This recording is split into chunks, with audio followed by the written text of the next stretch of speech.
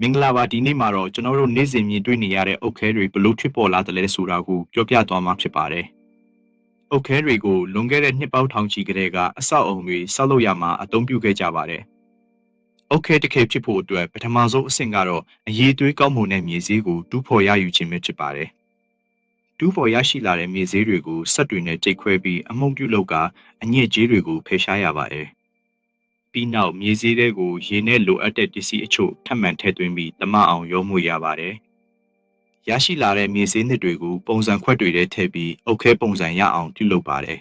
။အဲ့ဒီနောက်ရှည်လျားတဲ့မြေဈေးတုံးကြီးကိုတန်ကြိုးလေးတွေနဲ့တိုင်းတာပြီးအုတ်ခဲအရွယ်အစားအတိုင်းဖြတ်တောက်ပါတယ်